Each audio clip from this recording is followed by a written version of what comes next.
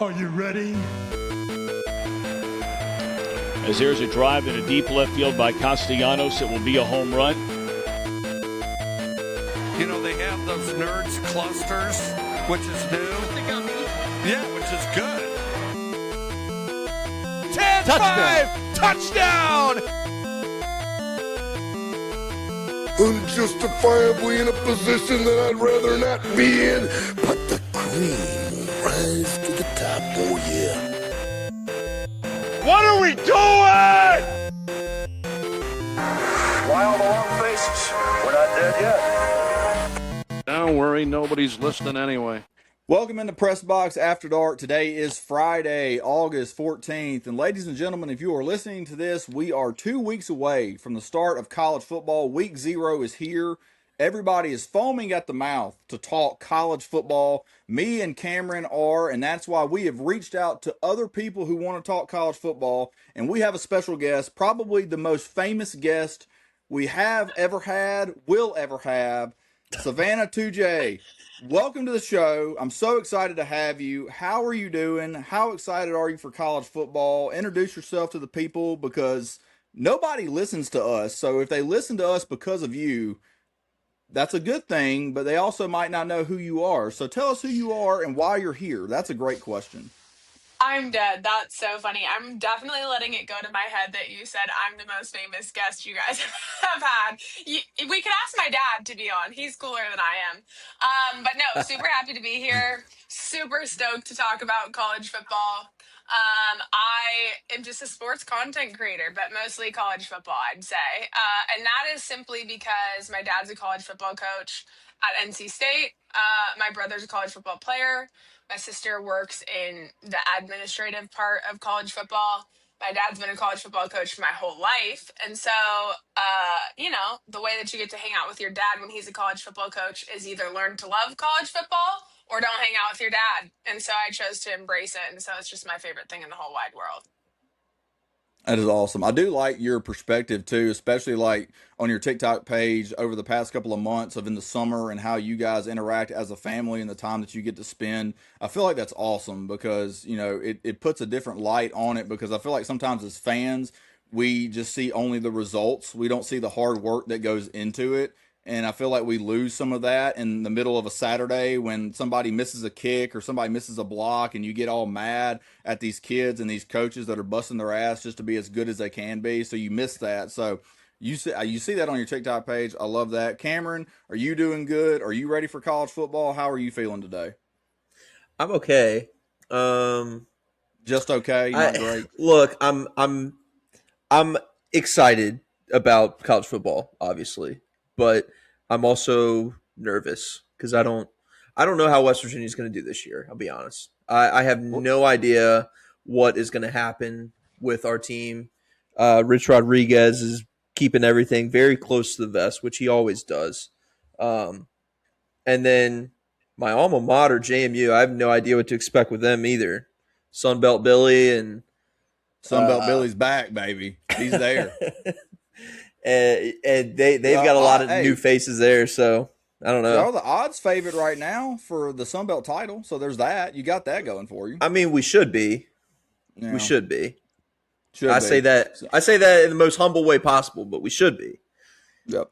So I saw this question on Twitter today, and I want to get it started with this, and then we'll get into team previews, and then we're going to do some fun quarterback questions, some would you rather on some college quarterbacks. So the fun question I saw on Twitter today, I will give credit to Chris Phillips from SEC Unfiltered. I don't know if y'all saw this question or not. He tweeted this. The question was simply, would you punch your best friend in the face as hard as you could if it guaranteed that your favorite college football team would win a national championship in 2026? I want to hear y'all's response before I will say what I sent him on Twitter. That's hilarious. Look, that's insane. But honestly, it depends if we're talking about JMU or West Virginia, which, being honest, I care more about West Virginia. So if we're talking about West Virginia, I would punch my best friend in the face for us to make a bowl game this year, honestly. That was my response. I told him on Twitter, I said, I will punch I'll punch my best friend in the face for 8-4. I might drop kick a child for 6-6 at this point. Like I'm desperate for us to just have a winning record for God's sakes. So at this point, you just tell me what I need to do. There's a couple of lines I won't cross, but I'm almost to that point where I'll do anything if we just have a winning record. That's What was it? hilarious. Was it Tony Stewart that said I'll spin out my grandma to win a race? I think he said that back in the day. That sounds like Tony Stewart. Savannah, would you punch somebody in the face if that meant that NC State won a natty? Yeah, so my best friend, she actually went to Florida State during the Jameis Winston era. Doesn't care about football at Mm. all, right? Doesn't care about football at all, but loves me. She's my best friend. So if I said, "Listen, Kaylee, I gotta clock ya for my dad to win a natty," she'd take it. She would take one for the team. So, or she wouldn't be my best friend. So she'd do it, but I'd have to explain to her the situation. Like, Okay, I'm gonna have that's to fair. do this. Yeah. I feel like you can't explain it though. I feel like in order for it to work, it's got to be like you got to catch them off guard. You can't just be like, "Hey, I need you to take this punch." You got to hit them as hard as you can, like on a random, like you're at lunch with them and you just get up, like, "Hey, I got to go to the bathroom," and then you just clock them. That's what it's got to be. I feel like you can't Dude, like warn them at all. I gotta hope that she loves me enough to understand then. Because she doesn't get football. Like it's bizarre. This bizarre that this woman's my best friend, but she like doesn't care. So I'd clock her, and then I'd be like, "Look, this was what was at stake," and she'd be like, "I'd have to hope she loves me enough." But yeah, I'd totally do it. I can't even And it was- imagine. I can't even imagine being like that clueless about football and then being at a school like Florida State at that kind of time. Like, In her defense, I'll say this. She's my ride or die, right? So she rides or dies for me in a college football game. She'll come to a game with me. She's like, "Am I bad luck? Do I need to leave?" That's what I love about her, right? She'll ride or die for me. But like football, the product, she doesn't care about. goodness. Honestly, I kind of envy that in some ways because this stupid sport makes me emotionally unwell every single fall. And I'm jealous of people that are like, "Oh, I just want to go watch the football game. It'll be fun." Same. I see, but I feel like I feel like that can't be fun though, right? Because I mean, just a couple of nights ago, we were on here recording another episode, and Cameron was like, "I'm just ready to scream obscenities at West Virginia. That's all I'm ready for." And I feel like that's me too. It's like I'm so ready just to start cussing at my television for no reason, like absolutely no reason. And I don't like talking about my daughter much when we do a podcast, but I will share one story. Is State was playing Southern Miss in the first game last year. It was the first quarter, and we had a touchdown. It was a long touchdown run called back for a holding. I yelled at the TV so loud in the first quarter of the first game of the season that my daughter, who's 3 years old, got a book of stickers and started putting stickers on my arm to calm me down. So there you go. I'm ready to start yelling at kids again. I'm ready to start yelling at kids again so my daughter can just put stickers on my arm. So Savannah has been doing a very good job on TikTok. Savannah, go ahead and tell everybody your TikTok page. We'll let you tell it here and at the end of the show. Previewing teams. She's done the Big Ten and the SEC this week. She has more to come. What is your TikTok page so everybody can follow you there? Yeah, it's the same as my Twitter at Savannah, SAVA1NAH, the number 2 and the letter J, just like the same way you pronounce my name. And yeah, I do a preview of every single Power 4 team, like 2 minutes, and then I'll do season predictions. I don't love doing those. I love them for engagement because I love hearing what other people have to say about them. But I want to make it clear, never rooting on anyone's downfall. Coming from a coach's kid perspective, I want everybody to win. So they're hard for me to make.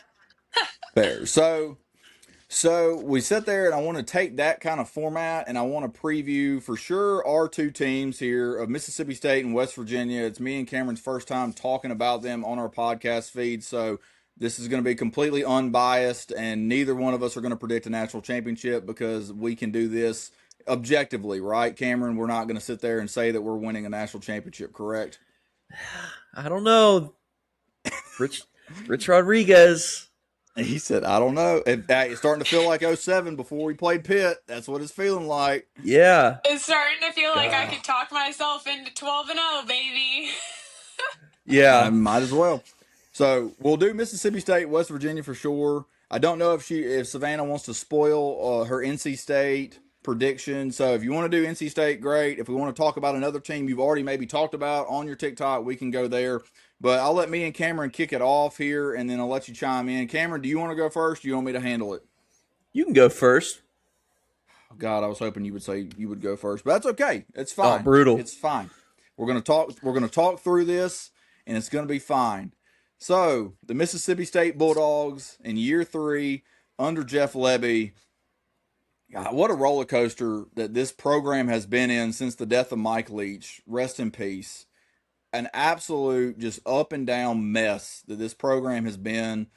If you don't know last year, or if you haven't seen us on TikTok, I had a lot of mental breakdowns last year as Mississippi State blew a lot of second half leads. Had Texas some of the weirdest was awful. Texas was bad. Tennessee, Florida. Yo, Yeah. the cinematic recap of Brandon Walker on the sideline is one of the funniest. I'm sorry, it's one of the funniest videos I've ever seen. No, we were talking about TikToks before we hit recording about ones going big. I had the one after the Texas game. We had to go to Lowe's to buy a new washing machine, and I in the parking lot of Lowe's had a mental breakdown and filmed it, and it got like 15,000 views on TikTok just because people wanted to see me just cry because we blew a 17-point fourth quarter lead. So it's been up and down. Last year, Mississippi State was 5-8. We did make a bowl game thanks to a lot of people like Notre Dame dipping from bowl games. So we'll take it. We lost in the Duke's Mayo Bowl. Me and Cameron went and had a fantastic time.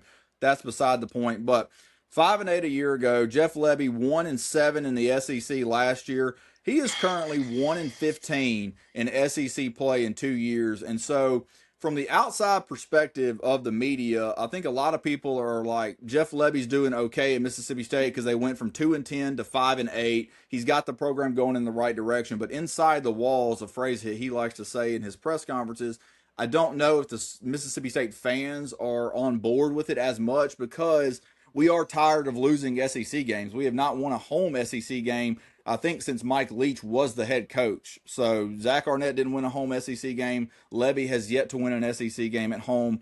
So we've seen a lot of losing in Starkville. We've seen a lot of losing in general, and it seems very bleak. However, after looking at this team and breaking this thing down, I do have question marks, but there's one spot on the field that I do not have a question mark about, and I like this a lot, and it's a name that a lot of people have been talking about, but not everybody's been talking about him, and that's at quarterback, Kamario Taylor.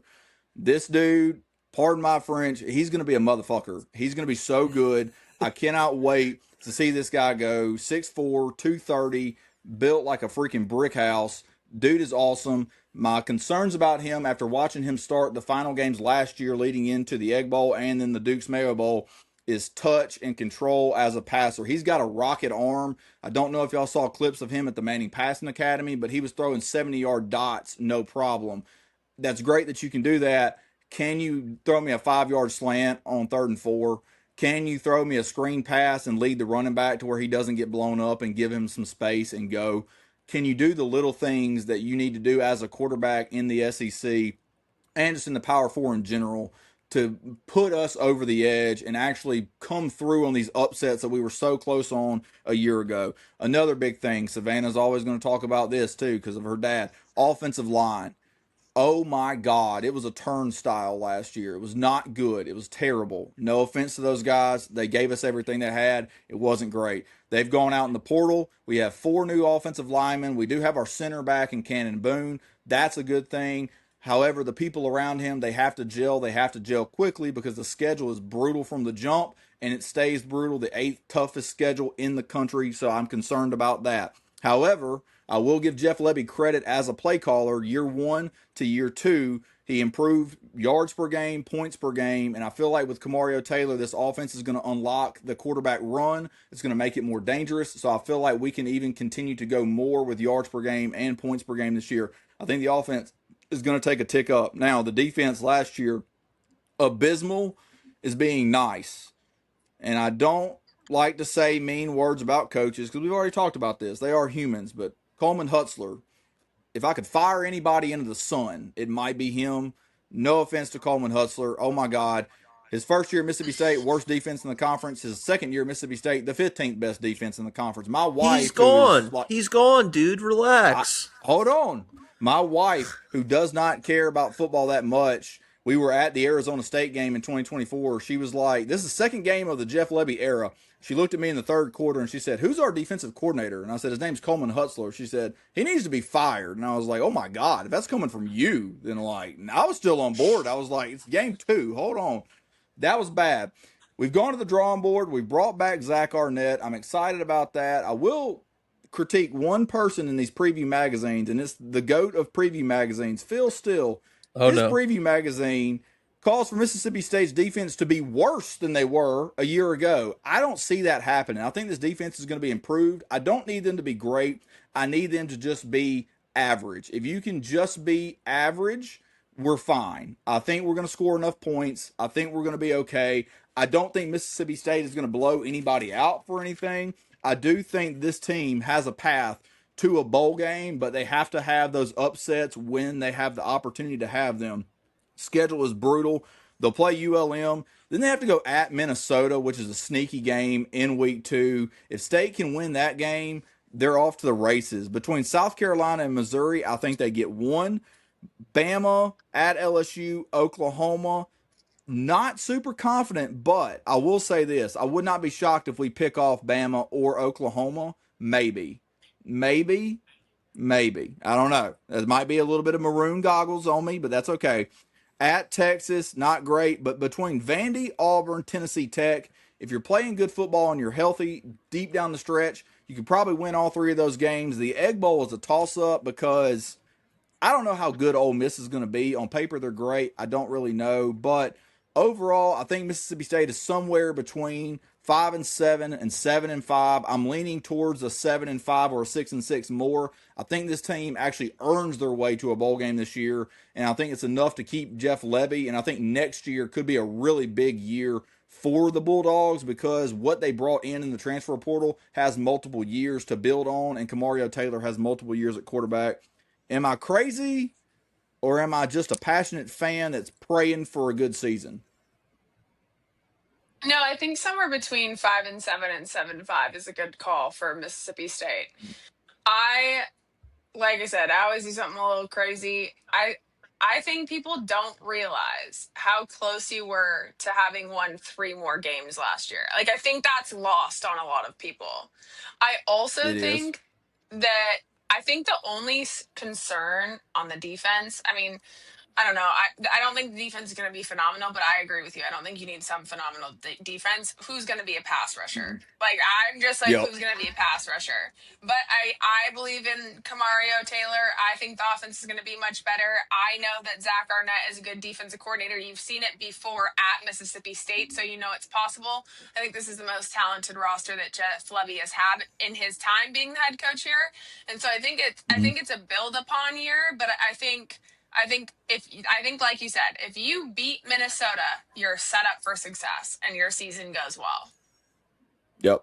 I think too, to answer your defensive pass rush question, with Zach Arnett running that 3-3-5, the way he blitzes and the way he brings pressure, I don't think we look towards your typical like DN rusher. I feel like our linebackers are going to have the majority of our sacks. When he was in Starkville, we had 2 really good linebackers in Buki Watson and Jet Johnson. Both of them were tops in the SEC in tackles. Both of them led our teams in sacks the 2 years that Arnett was having both of those guys there.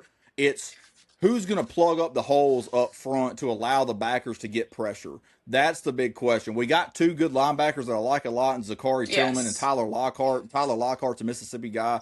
I think Zachary Tillman might be a Mississippi guy as well. Sorry if I'm wrong on that, Zachary Tillman. If you're listening here, I doubt you are. But nevertheless, I do think that that's where we get our pass rush from. I know we have one of the best defensive backs in the country, and Kelly Jones. That is his nickname. His nickname is his full name. Just get with the program, Cameron. He's good. But we'll see how it goes. I don't know. I'm excited. I'll be excited until we lose probably to Minnesota, and then I'll just want to throw everything at the TV. So I will say this. We're going to talk about Savannah's LSU prediction here because I have to talk about what she did on Twitter today. But before we do that, Cameron, I just gushed about my team. Let's go ahead and let's talk about how West Virginia is going to win the Big 12. Look, I've told myself all day, there is no way I can drink the Kool-Aid and talk myself into thinking this team's going to win like 8 or 9 games. But it could happen. It could happen. It's like it's not gonna. I can't. Well, it could. It could. Here's the thing. You're on that. Yeah. Go ahead. Like here's the thing about this team.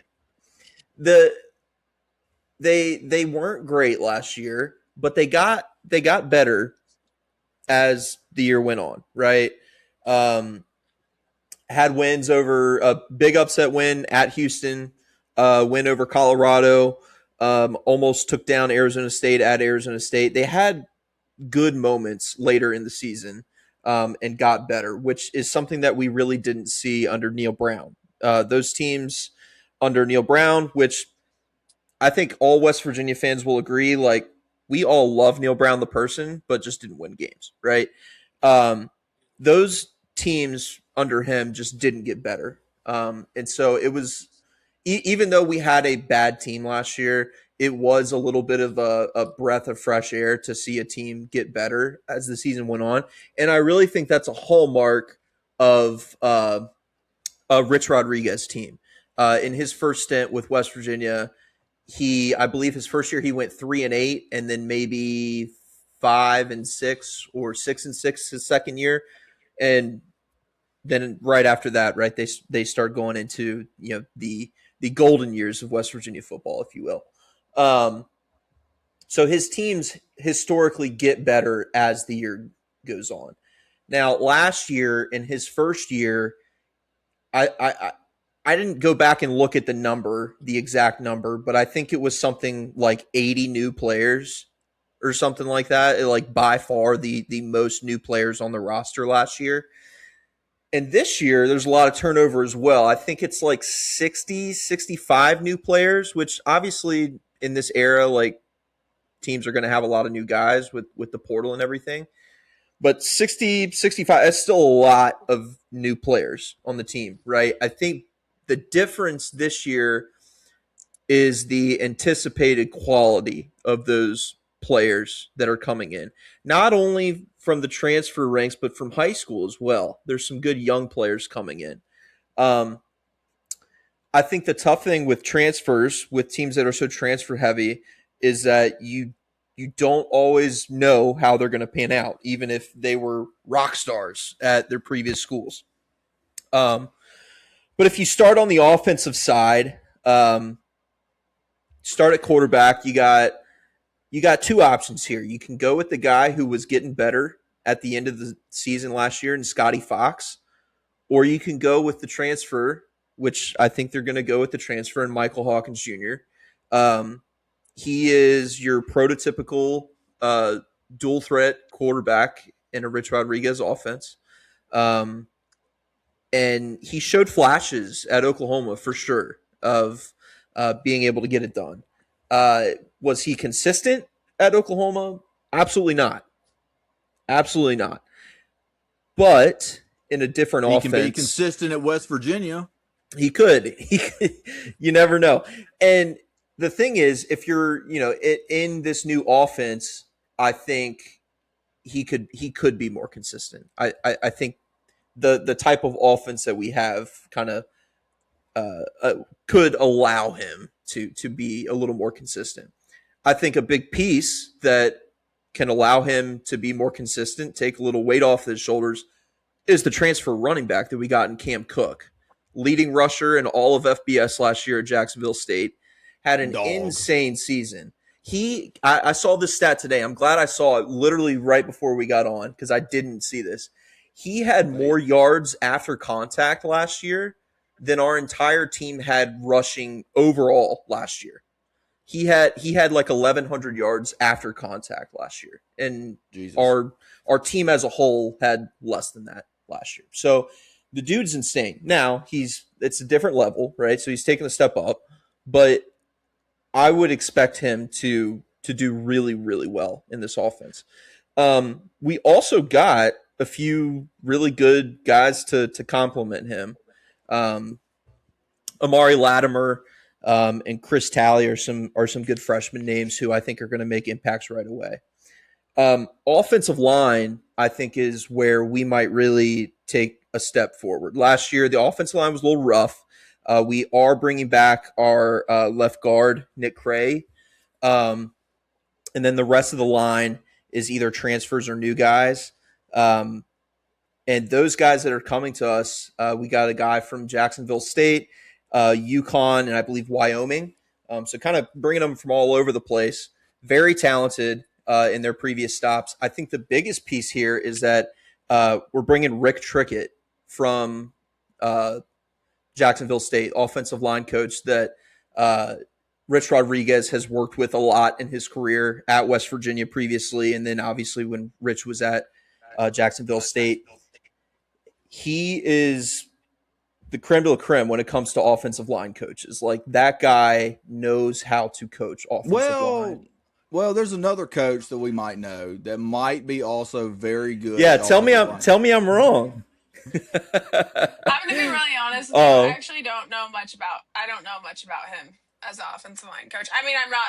That doesn't mean anything, right? I could name 10 off the top of my head that I think are great. I don't know enough about this one.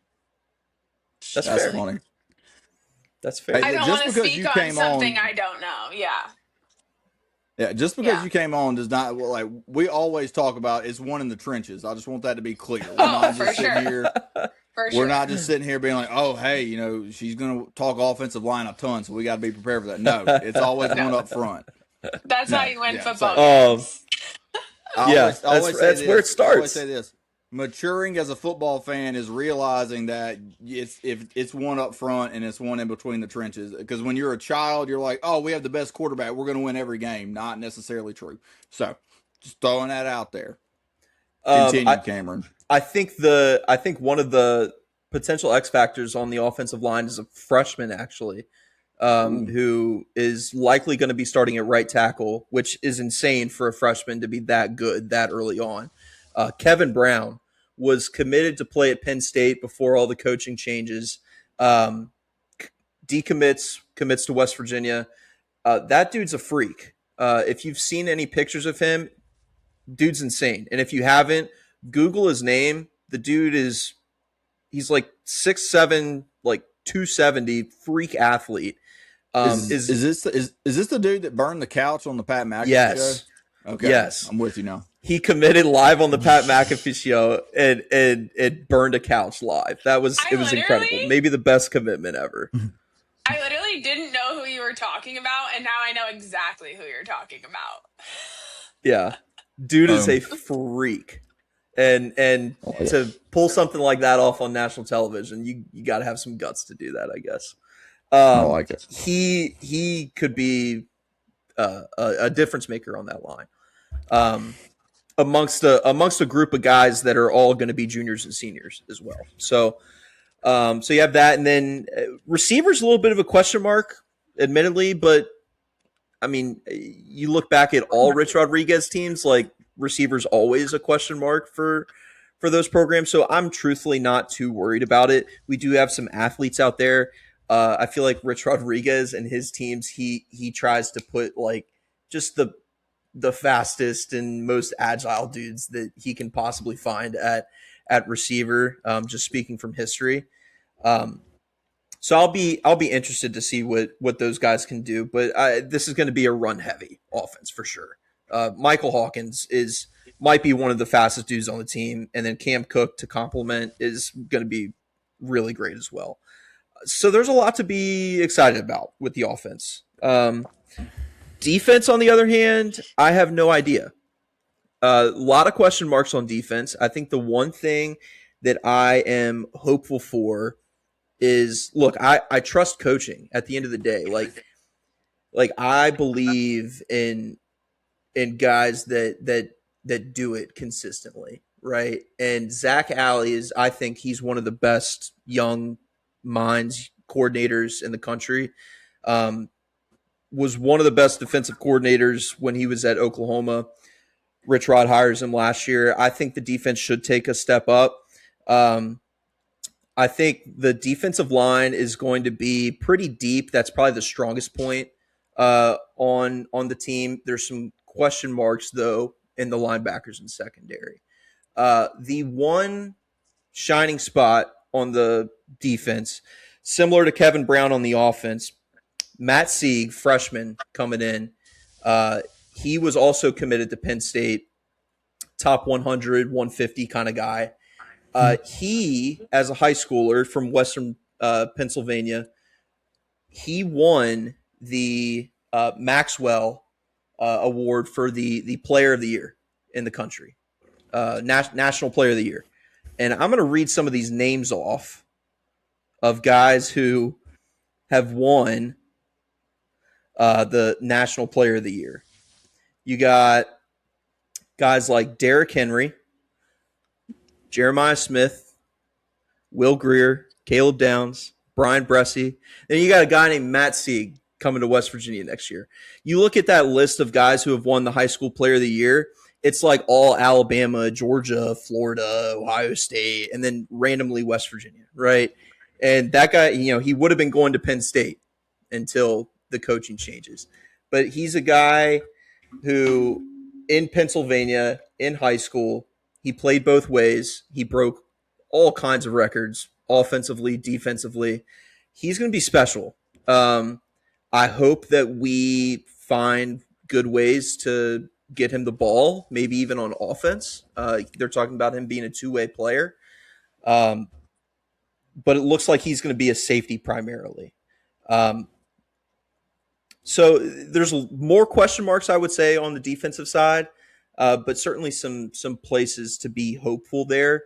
The defense last year was absolutely abysmal. And so I'm kind of in the same boat as you, Hunter. I really don't think there's any way it can be worse, which is kind of a depressing place to be. But I feel like it's reality. Like, it could also be freeing. Couldn't No, get worse. Yeah. no, That's right. No, it's not freeing because you say that it can't get worse, but It can. it could. It could. It could. It really But look, could. here's I'll do a quick rundown of the schedule. First game of the year, we got Coastal Carolina. Should be a win. Coastal is nowhere near the program that they were 5 years ago. Mm-hmm. UT Martin, so should be starting 2-0 there. Then you get UVA in the Dukes Mayo Classic. UVA, I think, is going to be taking a step back from where they were last year. I think UVA missed their chance when they had it. Go Duke. They royally messed that up, in my opinion. They had it right in front of them and couldn't get it done. Anyway, this year, I think UVA might come back to reality. I do like Bo Prabula, and then don't they have another guy that, like, it could be a 2-horse race there at quarterback. I don't think it will be. I think they're paying Bo to come there, so I feel like he's. Who's the second guy though? It's the dude from Pitt. It's the dude from Pitt, Heinschel. I think? No, he's at Pitt, isn't he? He's at Pitt. He stayed. He's at Pitt, but the dude from Pitt went to UVA. Please hold. Holstein. Eli Holstein. Oh, Thank you very much. Replaced. There we go. Okay. Thank you very much. Yeah, it'll be Prabula for sure. Good work, team. Way to get there. Thank you. This game could be interesting. I think on paper, UVA is probably still a little bit of a better team. But speaking from experience, there's a lot of West Virginia people in North Carolina. I went to the Dukes Mayo Bowl a few years ago when we played UNC in Charlotte, and they legit had to open up seats in the upper deck of that stadium in Charlotte because there were so many West Virginia fans there. That stadium is going. UNC fans were going to show up? You thought UNC fans were going to come to a football game? No. UNC fans are terrible. Horrible. Listen, they're thing terrible. we need to do right here on this podcast is talk about North Carolina football for a ton of reasons. So they're bad. We're going to steer clear dumpster of that. Fire. They're the dumpster fire team of the decade right now. Good God. I feel like the fans could swing that game into a home field advantage type of thing. I don't see, just like we're making fun of UNC fans. I really don't think UVA fans are gonna show up for a game like that. I could be wrong. I think West Virginia could get it done there. I really think that game is 50-50 and could set the tone for literally the rest of the season. Then we get Oklahoma State. I have no idea what to expect from Oklahoma State. Obviously, Mestamaker and Hawkins are incredible, what they did at North Texas, but I have no idea how they're going to do at the Power 4 level. So that one I feel like is a toss-up. Iowa State, I feel like, is going to be in shambles this year. So I think you can go on the road and get a win there. Shambles is a nice way to put it. I'm thinking back to when Iowa State was like 10, 15 years ago. Because those were some dark days for Iowa State football. After that, you get Arizona at home. You get Cincinnati at home. Both of those definitely winnable. Then after Cincinnati, Arizona winnable? at home, absolutely. I think you got travel. You got travel on your side, that's for sure. And then I don't know. Look, West Virginia. I know some Arizona people, and I think Arizona might be dirty this year. Here's my thing about Arizona. Arizona lost to West Virginia 2 years ago at home when they had Fafita and McMillan. Got destroyed by West Virginia and Neil Brown's last year, and that team was god awful. Look, if I'm wrong, I'll eat crow because I've watched this team suck for so many years. Hey, I just am throwing it out there that I think people are sleeping on Arizona this year. Up till that point, I've agreed with almost everything that you said. I just think that Arizona will be good. You had her, and then you lost her. And hey, you'll probably not agree with other ones I got, so I just like discussing it. It's fun. So that is 1, 2, 3, 4, 5, 6, 7. That's 7 games into the season. I think West Virginia is either going to be 4-3 or 5-2 at that point. I think that's pretty realistic. Yeah, I agree. Yeah. Then you go into the absolute gauntlet of your schedule, right? You go to TCU, which TCU might not be, it's winnable. It's winnable, but it's also on the road, right? Yeah. Then you go to Texas Tech. Are they even going to come home after the TCU game? You might as well just go straight to freaking Lubbock. Just take your lumps, lose in Lubbock, and then after that, you come home to Kansas. Definitely winnable. It's good to get a game like Kansas there. But then your last 2 games, you get Houston at home, and you beat Houston last year, but Houston is definitely a good program. So that's not going to be an easy game. They're going to be better, too.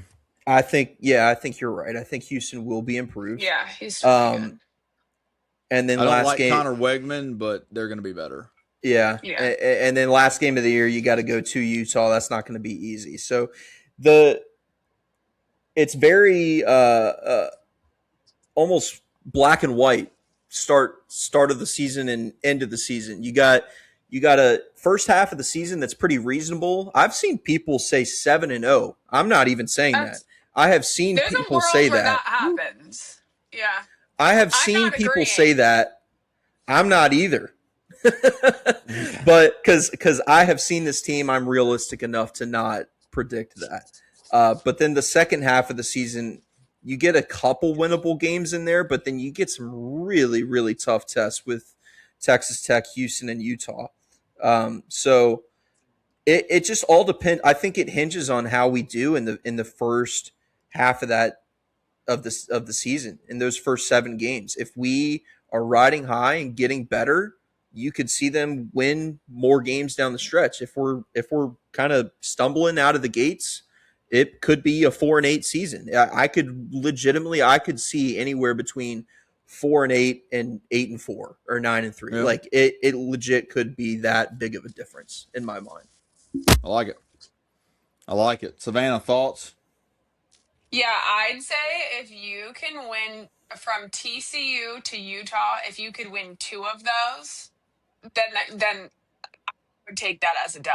I assume you beat Absolutely. Kansas, but let's say you beat TCU or Houston or Utah. I just don't think you're going to beat Texas Tech, and I might be wrong, but I don't think anybody's beaten Texas Tech in the Big 12 this year, to be honest.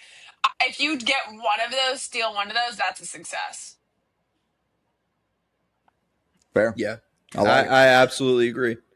I'm with you. I think here's the thing too about a Rich Rod team. I like what you said at the start from last year. They got better as the year went on. I think that's the case again. I like Hawkins. I like Cook a lot. Lean heavy on the run game, and you're going to be in the ball game with anybody because I feel like you're going to be able to control the line of scrimmage. You're going to be able to control the clock. I like that. I'm with you. It's either going to be 8-4 or it's going to be a lot of close losses and it's 4-8.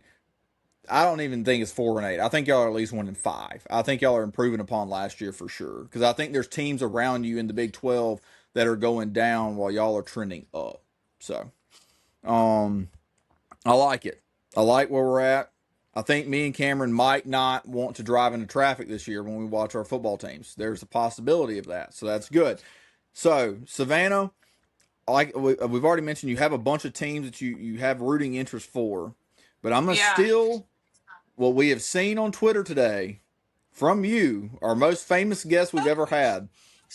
Please enlighten the listeners on how we think the season for Lane Kiffin and the LSU Tigers are going to go, because the national media is sunshine pumping the Tigers to the moon and back. And then Savannah said, "Hold my beer. Watch this. We're about to light the world on fire." And she did on Twitter today. So please explain to the viewers how you see LSU season going. Yeah. Okay. Let's talk about it. All right. First of all, we were talking about it a little bit before we all hopped on. Every week, somebody's got to lose a college football game. They really do. You can't win every single one. You're not going to go 12-0. Someone asked me about this on a TikTok I posted a couple weeks ago. Like, even if you, what Indiana did last year, for example, like that doesn't happen. And has it happened in the past? Yeah, sure, it has. But if you take every single college football game ever in the history of all time that's been played, the amount of 16-0 runs that you're going to see is so minuscule comparatively. And so it's just not likely. And everyone's like, well, you don't even have a reason to say this, that, and the other. And here's what a lot of people don't see. It's the same thing that Mississippi State did last year. The difference between a 5-7 team and an 8-4 team is like 4 plays. And so you just never know when it might be you. And look, again, I want to say this. I'm never rooting on anyone's downfall. I'm never rooting for people to lose. It's my parents' livelihood. That's the last thing I want for people. But somebody has to lose. And so here's my kind of thought process. First and foremost, was Brian Kelly the only issue at LSU last year? No. There's fundamental issues, and they're like, oh, well, we got rid of all of that. Did you though? Because there's issues that you know that like no fan knows about that's going on in college football towns and things, right? That's number one. Number two, uh, Sam Levitt's coming off of an injury. I think he'll be great if he's healthy. And everyone's like, well, you could say that about anybody. You absolutely could say that about anybody. But he hasn't played that. Thank you. He hasn't played really since 2024. That's a long time. And he is not the best passer. And that's not even shade. That's just fact. No, thank you. Thank you. Because here's the thing. I watched this man play against the two worst defenses I've ever seen in Mississippi State's history. He struggled to have 100 yards passing in either one of those games. Now, the first time he played them, he had Cam Scattaboo, and he ran for 300 yards. No need to throw the football. Got that. Yes. Last year, he had an NFL wide receiver in Jordan Tyson, a defense against Mississippi State that could not sack anybody, and he was under pressure and running for his life all night. The only reason they got back into that game is because they ran the football. So Yes. he has his moments and he has his highlight reel plays, but if you watch him play, he's not as good as people want you to think he is. And if anyone's going to make him be great, in their defense, it's going to be Lane Kiffin. Lane Kiffin is the best offensive mind in college football. It's not even close. Sark would be second, but it's not close. And that gap just keeps getting bigger, to be totally honest. The other thing is everyone's like, oh, well, they shifted the whole entire team. Okay, well, last year they had the best transfer class of anybody in the country. And what did that get them? What they went 3-5 in the SEC last year? They didn't win games last year with the best transfer portal class. So transfer portal classes don't translate to winning national championships. And here's the deal. Do I think that that Lane Kiffin has been given every single tool to win a national championship at LSU? And if he hasn't, will he get it? Absolutely. They will do anything to win a national championship. And hell, I respect it. But to expect a team to do a complete turnaround in one season is just really asking a lot. And look, is there a world where they go 10-2? Absolutely there is. That's if everything falls right and the chips fall as they may and everything goes well. But again, the difference between 8-4 and 5-7 is a lot smaller margin than people think. And so that's kind of where it came from the basis. Everybody knows I love Mississippi State. It's no secret. I talk about Mississippi State all the time online. I love it. It's like the SEC version of NC State, right? Us state folk, us ag folk, we've got to stick together. And so I will always be picking a huge upset from something like that. And you know what just happened? That, you know what? Mississippi State might get them in Death Valley. They've gotten Sam Leavitt before. It wouldn't be out of the realm of possibility. And I don't know, like I said, I'm never rooting for their downfall, but I think it's funny just, and sometimes you have to go against the grain. If you are someone who wants to do content or whatever, and this is a side note, but like, you can't just agree with everybody. Not everybody can just go 12-0. You can't just say what Josh Pate said or what Brooks says. You know what I'm saying? So sometimes you have to have your own opinion. And again, if I'm wrong, I'm wrong. I can accept that. At the end of every season, everyone knows I make a tweet, I make a post that says, I don't think that journalists say well enough what they got wrong. This is what I got wrong. I'm happy to be proven wrong. So that's kind of where it comes from. I mean, look, Hunter just called Phil Steele an idiot about 20 minutes ago. Yeah, and you can't get it right. It's preseason. And I stand by that. There is no way on God's green earth that the Mississippi State is giving up 419 yards a game with this defense. No way. I did the math 7 times. I did the math 7 times in his book, and I was like, "There's no way we give up 419 yards a game." If we do, you haven't done math a single time in your life. Yes, I use a calculator and everything, and if we do, I will eat crow on this podcast. But I stand. We might give up 418 yards a game. But we ain't giving up 419. Ain't happening. Ain't no way. This is why, though. This is why me and Savanah are friends. Because she sat there in front of God and everybody today on Twitter, and she said, Mississippi State's winning in Death Valley. Hell yeah, let's fucking ride. That'd be great. Greatest game I've ever seen in my entire life was Mike Leach's very first game at Mississippi State. Nobody gave us a chance. We went into Death Valley with 2,000 fans and a bunch of cardboard cutouts in the stands because of stupid COVID. And KJ Costello was the greatest quarterback to ever live for one day, 4 quarters. Shout out to him forever. 623 yards in the air later, Mississippi State's beat LSU. I don't know if that's going to happen again. The game is at 11 a.m., so we have that going for us. Anything can happen. That's all I'm saying. Look, I hope you guys can do it.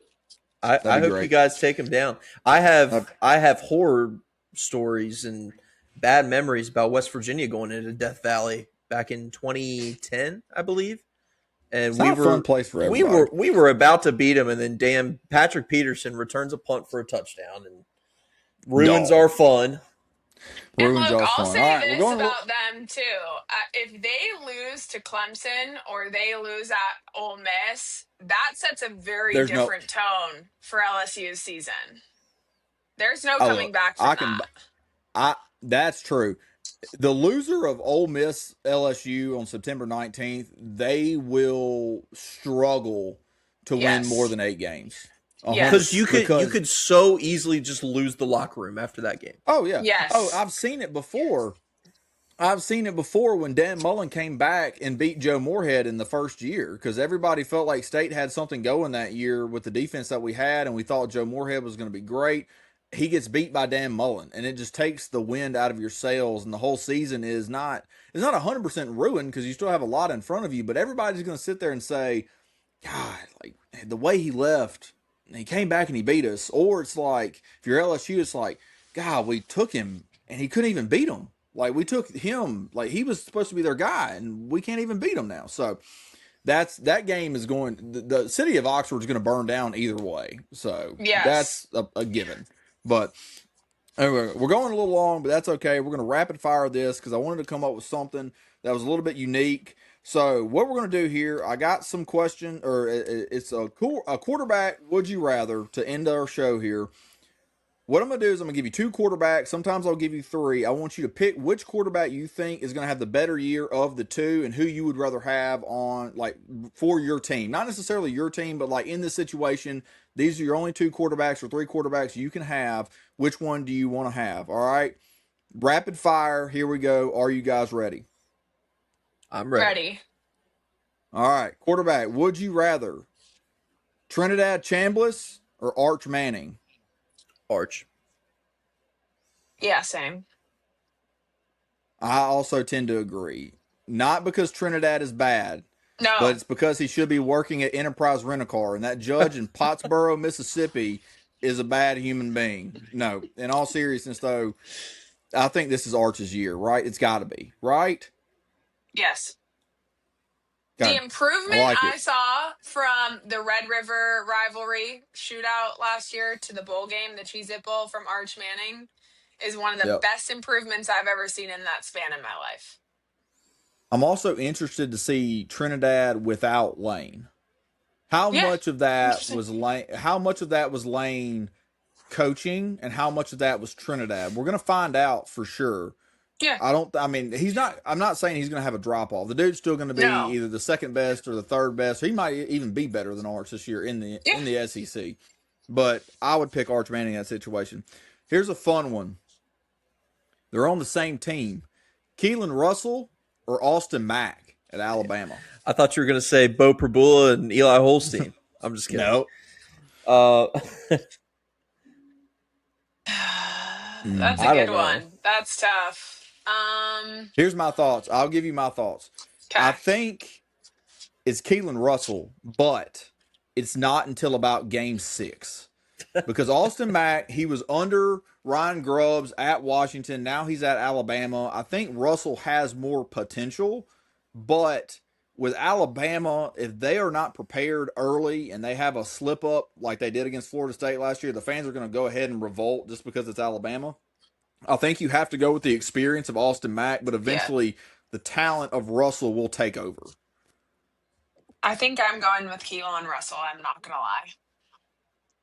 To start from the jump?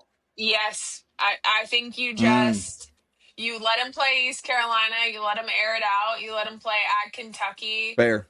You let him win. You let him build some confidence. And then hopefully beat Florida State. Not to talk about Ole Miss too much, could we see an Austin Simmons Trinidad situation? Because that happened at Kentucky a year ago when it was Austin Simmons. He threw 2 picks. He got hurt. Trinidad comes in. They end up winning the game. Could we see Austin Mack start and then they bring in Russell to get some SEC experience and then he just explodes and takes over the job? Maybe. Quit asking. I'm not going to, so quit asking. All right. I got a 3-way here. Ready? Last SEC one I'll do for a while. Marcel Reed, John Mateer, Lenore Sellers. Ooh. I love Lenore Sellers. So do I. But I honestly want to lean I literally just forgot his name. I'm sorry. John Marcel Mateer. Reed. Mateer. I love Mateer. Do you love Mateer or do you love his new jacked up arms? No, Look, I can speak for myself. I'll leave that alone. Easy, Here's Savannah. yeah, Easy. here I'll leave that This is a alone. PG show, for God's Yeah. sakes. Yeah. No, No, it's here's not. my thing. No, it's This not. is what it comes down to for me. Do I get John Mateer and Ben Arbuckle, and then Lenora Sellers, and I can't think of the name of the offensive coordinator Kendall at Briles. South. Thank you. Them, Mhm. because Lenora Sellers, I wish I could have Lenora Sellers and Ben Arbuckle. That's what I'd pick. Okay, I think I agree with you here. I think one thing I want to point out here: neither one of y'all went to Marcel Reed. No, Didn't even give him a thought, which is no. crazy. And I think like if there's one quarterback that's getting not hype, but like is just getting respect just because of where they were a year ago that shouldn't, I think it's Marcel Reed. He's got to show me that he can do it against a team that's actually like has a pulse. Yes. So Yes. crazy there. All right, to the Big Ten. Wait, Julian oh, what? I'm scared that you're going to take mine. Okay. Go ahead. Give me one. You want to go to the Big Ten? I want to go to the Big Ten. Okay. All right. These two guys are great quarterbacks, and they're going to programs that need the help immediately. Drew Mestamaker or Rocco Becht?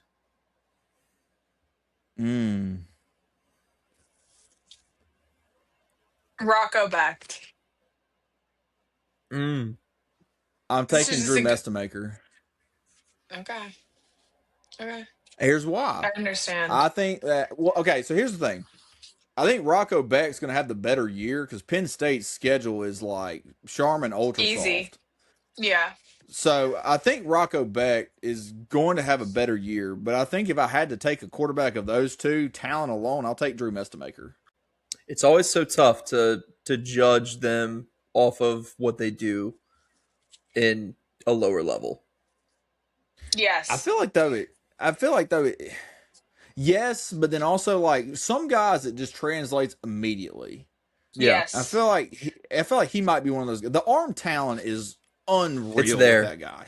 It's there. So good. It's so freaking good. And he's also got Caleb Hawkins next to him. Dude, we had Caleb Hawkins on our fantasy team last year. That dude was scoring 5 touchdowns a game, it felt like. Absolutely. I like that. All That was right. a good comparison, though. All right, one more. I had to think. We just talked shit about him for like 20 minutes. Sam Levitt or Josh Hoover. Two guys that have had good seasons going to powerhouse programs.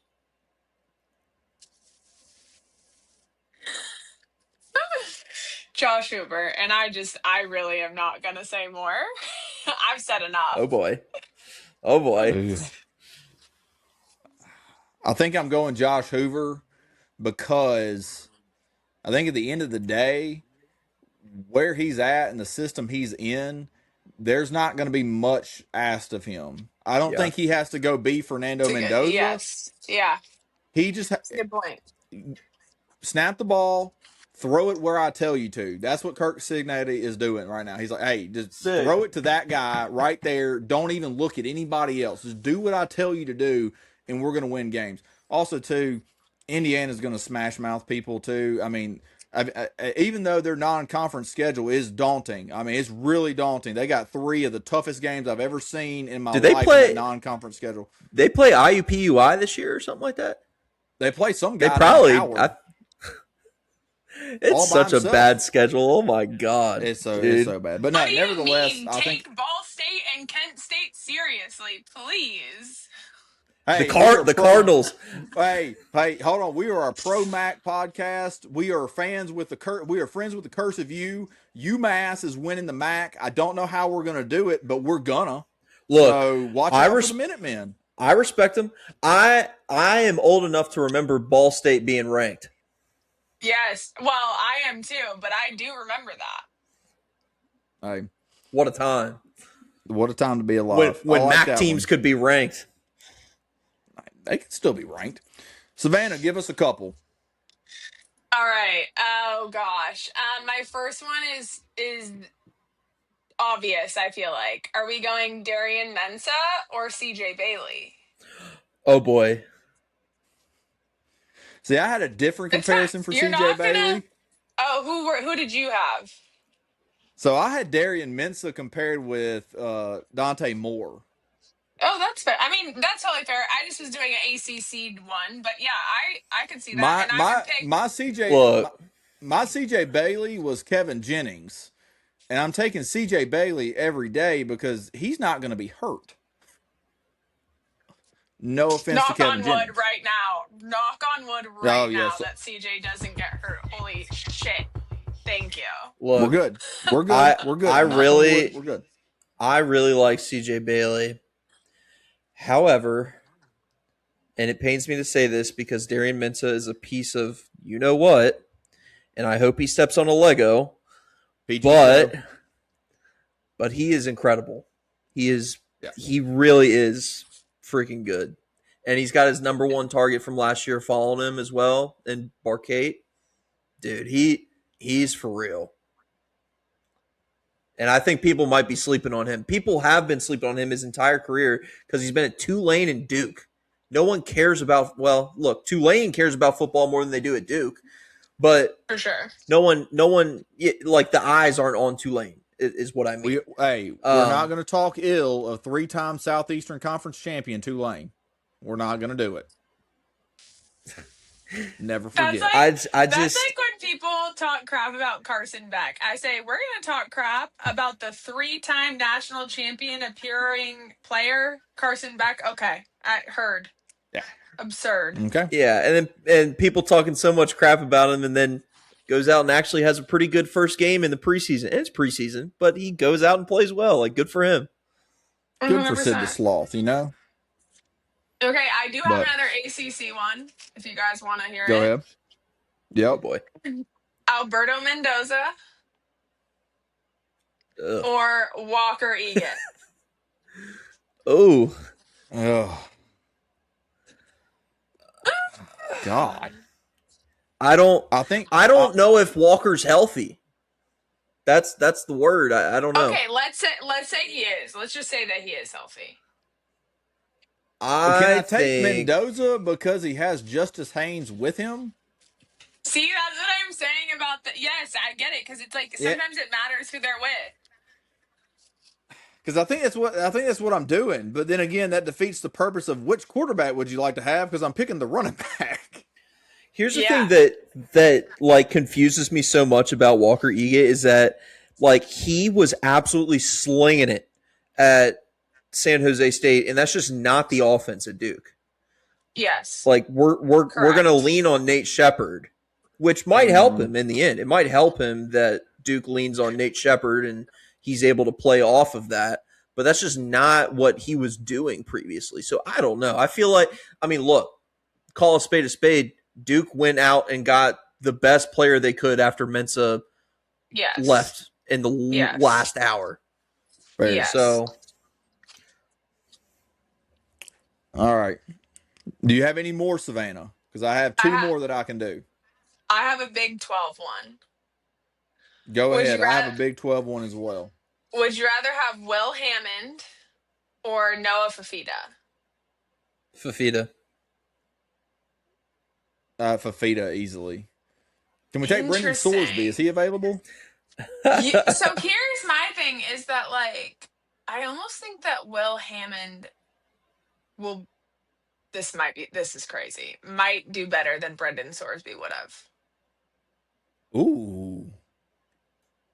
I think Brendan Sorsby was overrated from the get-go. I can't trust Will Hammond after what I saw last year. Totally valid. And I think you're right. I think I unfortunately take into consideration supporting cast too. But you're right. I think I would agree. I think Noah the thing Fafita with is good. Hammond. No, I think he's the better quarterback, but Texas Tech's Yeah. a better team, right? For Texas sure. Tech can make it further than Arizona, but Fafita's Will Hammond doesn't probably need to be a great more quarterback. talented. He needs to be a game manager. He just needs to be a game manager. Just don't make mistakes. But then when he gets to the quarterback, he needs to be a good quarterback. Or when he gets to the playoff, he needs to be a good quarterback. Yeah, you just gotta be a game manager for 12 games and then Big 12 title game. You gotta try and make it past the 50 against Oregon. All right, I got a gross one in the Big 12. Y'all ready? Yes. Somebody's dying of somebody's exploding. Michael Hawkins or Scotty Fox? I'm just kidding. No. DJ Lagway or Avery Johnson? Look. Is DJ Lagway staying healthy? I don't know. That's a lot of the questions in some of these quarterbacks. But it's crazy that, like, there's so many guys that you're like, that dude could be good. It's deep. There's a lot of good quarterbacks. Potentially, keyword potentially, because we can't just say that about DJ Lagway after the evidence that he has put forth. Same thing with Avery Johnson. True. If true. DJ Lagway is healthy, I think it's him. Not in a landslide. That's a stretch. I say landslide. But I can't trust Avery Johnson. I can't trust any Kansas State quarterback not named Colin Klein. Well, he's the coach. I know, but I can't trust him because he's not playing. He might. He has a 5th year of eligibility. Everybody does. Shoot, get me out there. I could be somebody's kicker. Absolutely. Why not? I'm sure somebody's looking for one. Mississippi Valley State already has a girl kicker. They do. Don't mess with it, another one. Go ahead. We'll let this last one. Savannah's going to close us out. Here we go. Okay. CJ Carr, Julian Sand. Is that like a rivalry? Is it? I don't know. Nah. I feel like Notre Dame and Ohio State would be a sick rivalry. I do too. Now that you say that, makes more sense than USC and Notre Dame to me.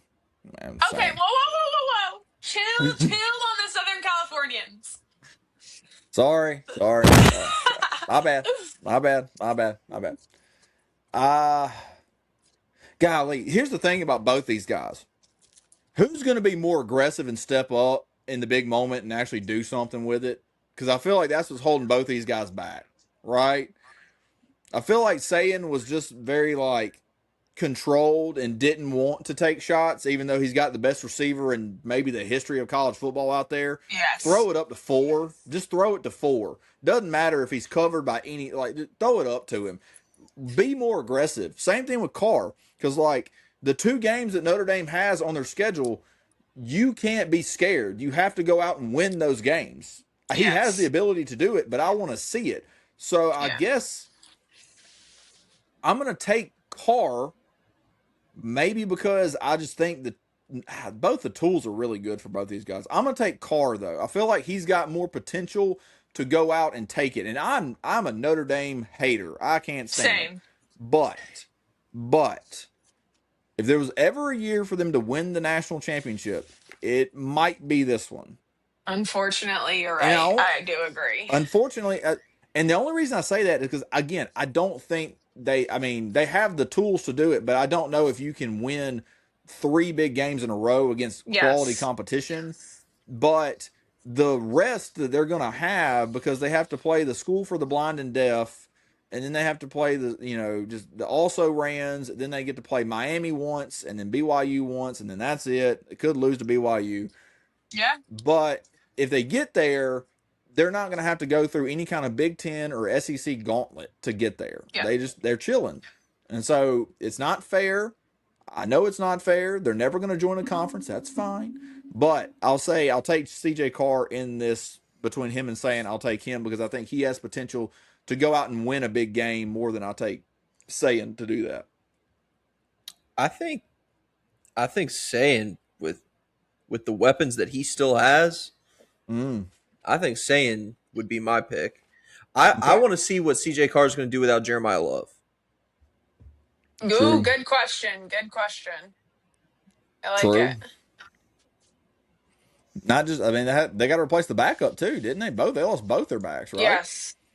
Yeah. Yeah. So I mean that's big. Schedule is the biggest thing for them. I mean, but we'll know how The good schedule they are doesn't even matter anymore because the playoff just made it so that Notre Dame makes it every year. Yeah. basically. So, but yeah, I mean you'll know how good they are.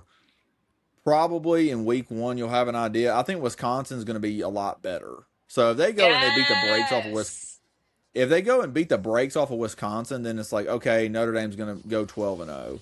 But like, Yeah. here's the thing though, is like in those 2 games, like I feel like they're going to come in this year a little bit more level-headed because last year I feel like in those 2 big games they had, it was maybe they were juiced up for it because everybody was saying, well, Notre Dame's playing a 2-game schedule. They're saying the same thing this year.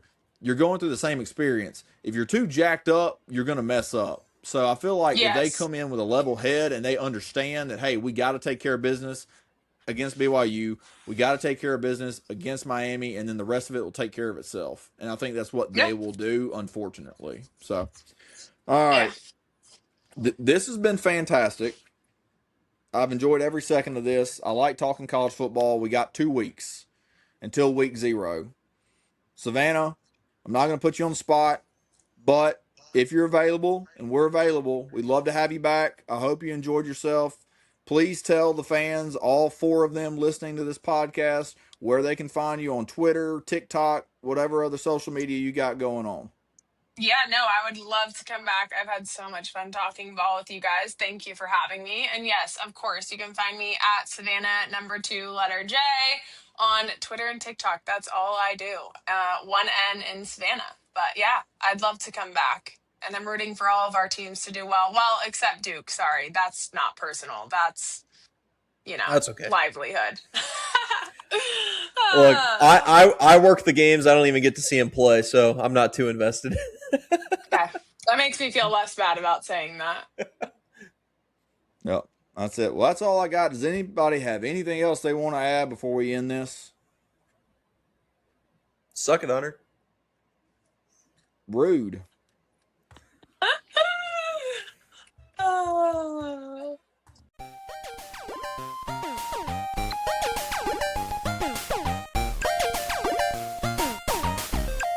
It's time for the Sonic drive of the game.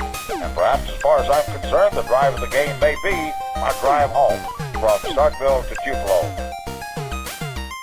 You can't fire me! I got a contract!